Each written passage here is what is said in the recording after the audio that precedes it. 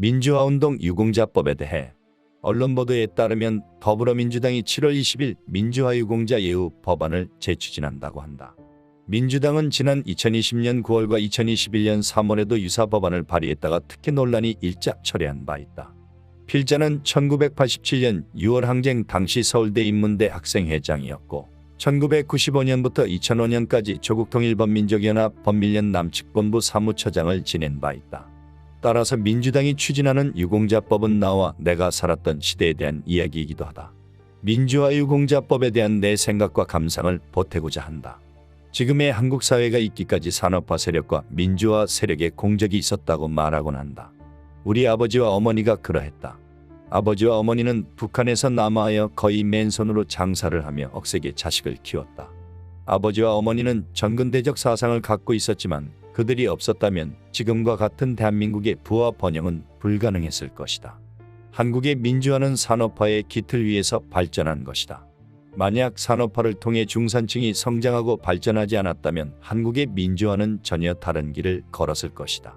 따라서 우리는 민주화와 함께 산업화 그리고 다른 여러 가치들을 공정하게 인정하고 수용해야 한다. 내가 보기에는 민주화 관련자들은 민주화운동의 업적과 성과를 과장하고 그것을 배타적으로 강조하는 경향이 있다. 그들은 대한민국을 만들어낸 군인과 경찰, 경제인과 과학기술인들의 업적 대신 자신들이 했던 특별한 역할만을 과장해서 기억하고 기념하는 경향이 있다. 이미 2번이나 무산된 민주화 관련 법안을 다시 발의하는 것도 그런 생각의 연장선하에 있다. 대한민국을 만든 다양한 세력과 가치를 균형 있게 고려한다면 국가 재정이 제한되어 있는 조건에서 민주화 운동에 대한 기념도 적절한 수준에서 절제 있게 진행되어야 한다.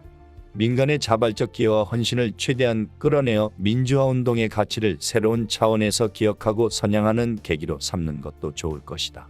반면 특혜 논란이 계속되고 청년층의 공정 시비가 온전한 조건에서 이를 법률 제정과 국가 재정으로 해결하는 것은 불필요한 논란을 일으킬 가능성이 크다.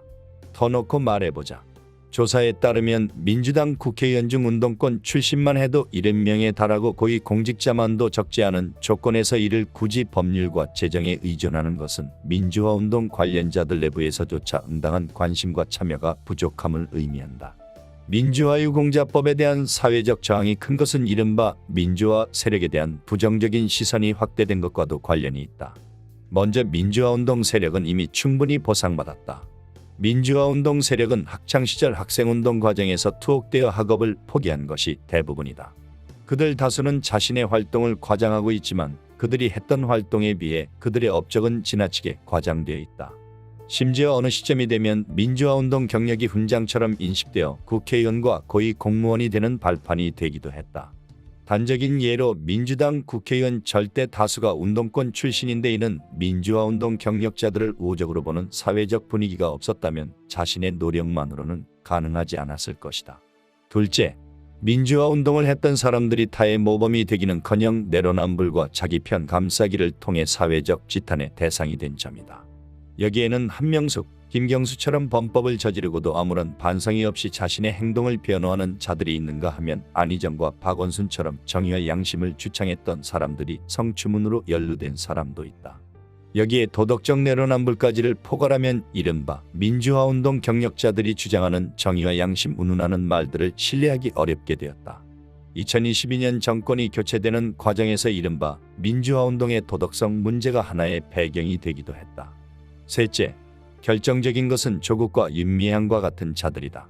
별다른 운동 경력도 없는 조국은 지금도 자신의 범법 행위를 호도하기에 여념이 없고 윤미향은 7.20 진행된 기자회견에 뻔뻔스럽게 모습을 드러내었다. 나는 민주화 운동을 했다는 사람들에게 이른바 조국과 윤미향이 누구인가를 묻지 않을 수 없다. 먼 훗날 누군가가 조국과 윤미향을 포함한 민주화 운동 집단 전체를 무엇라고 정의하게 될지 심사숙고해야 한다.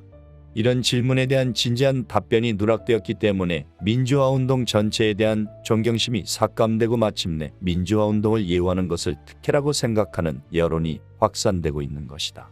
우리는 중요한 자리에서 임을 위한 행진곡을 함께 부르곤 했다. 우리는 이 노래를 즐겨 우리들의 애국가라고 부르곤 했다.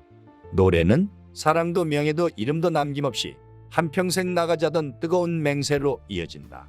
부와 명예, 심지어 사랑과 이름도 없이 살며 싸우자던 사람들의 아름다운 다짐을 잘 그렸다고 본다.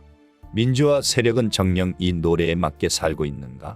아마도 가장 먼저 그리고 가장 근본적으로 물어야 할 것은 민주화운동 관련자들이 그들이 애국가라 불렀던 노랫말에 걸맞게 숨쉬고 살고 있는가이다.